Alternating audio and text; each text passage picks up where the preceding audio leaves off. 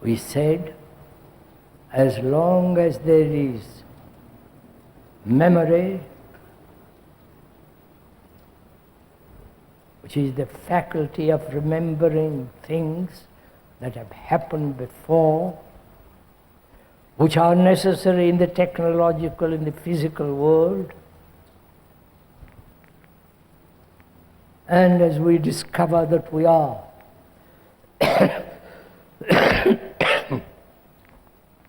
sorry,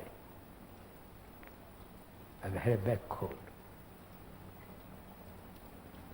When we discover that we are a movement in time, which is the movement of memory,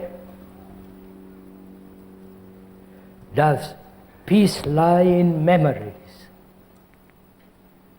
You understand my question?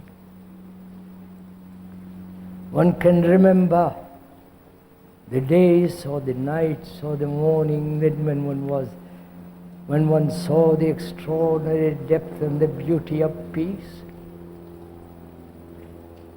That perception, that awareness for a minute has gone. But one remembers that.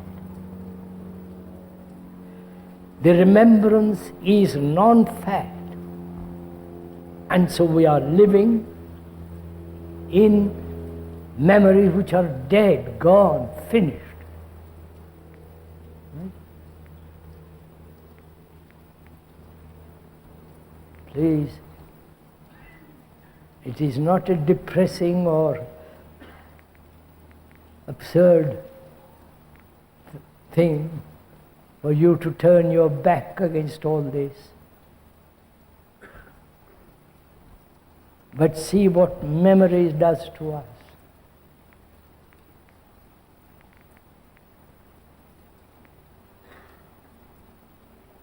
Memory is my being programmed as a Hindu, with all that silly nonsense going on, thinking that my own culture is better than any other culture. Because it's about 3,000 years old or more. I take great pride. And yours is fairly recent. You are conditioned as the speaker is conditioned, if he is conditioned. Which is, the conditioning is memory. Right? Non-fact. And so I stick to my memories, which are dead things, and you stick to your memories. As Christian, as Hindu, as an Arab or a Swiss or a God knows what else.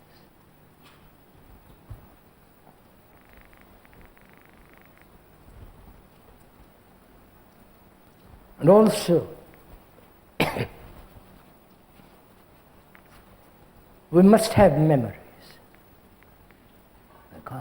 One can't go from here to your house if you have no memory. If you drive a car, you must have memory.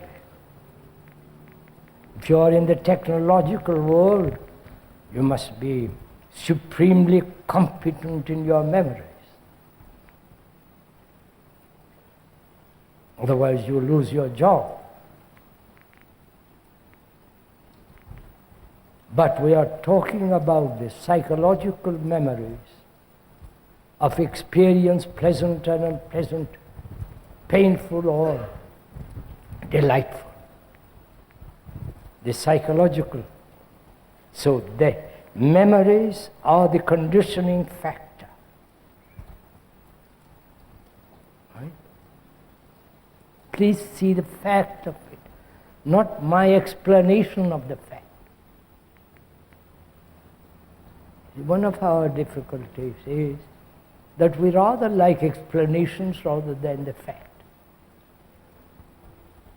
why certain governments are behaving that way, and the journalists and so on explain it. And we accept the explanations, the logic, the reason, and so on. The description is not the fact. The painting of a mountain, however beautiful the painting be, is not the mountain. All the pictures in the museums,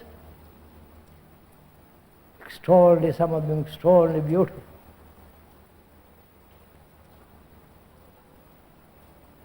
But those pictures are not what they want to represent, that something which they have seen.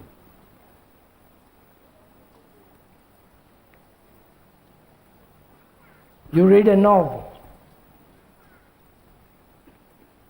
and it's a good literature, if it is, and all the imaginings, romantic business, sex, and so on,